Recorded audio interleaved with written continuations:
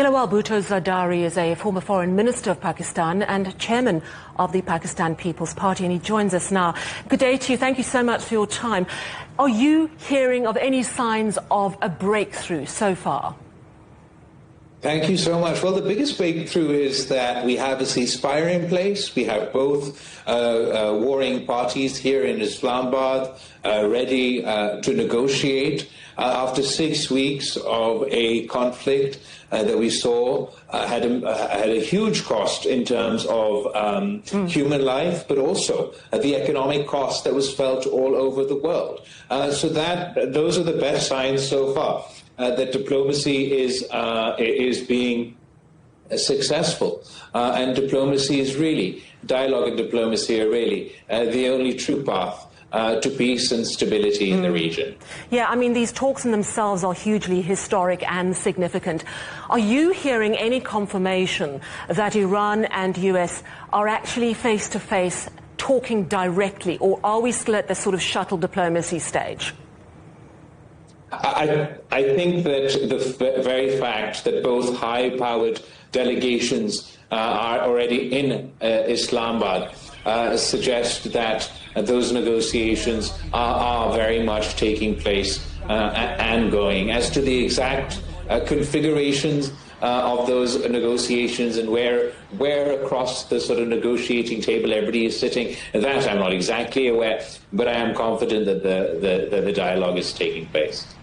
You know, there's a great deal of rhetoric from both sides. We've seen it just this morning again. Emotions are running very, very high. We know that Iran has named their delegation after the school children that were bombed by the US. I wonder how a mediator helps build trust in a context as heightened as this.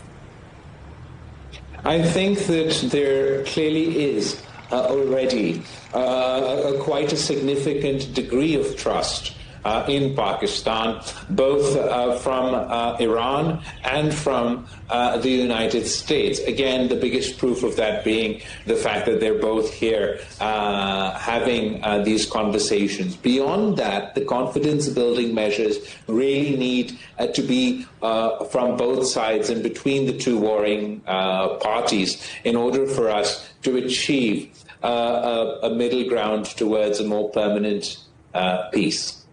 Do you believe that Israel's attacks on Lebanon, which continue, have the power to scupper these talks?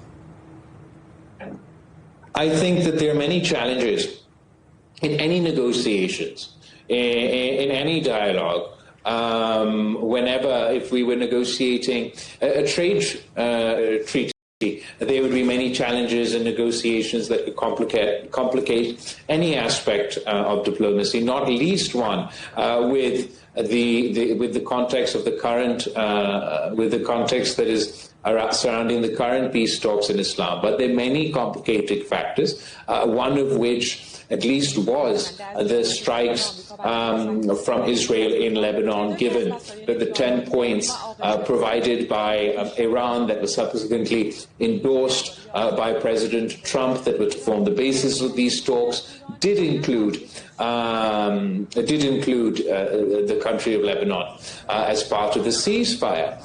So obviously the aspect that these strikes are continuing would presumably complicate matters. I also note that talks are taking place between the government of Lebanon and Israel. So that I see side by side as perhaps a development in that context. Thank you so much for your time. Bilawal Bhutto Zardari, former foreign minister of Pakistan and also the chairman of the Pakistan People's Party.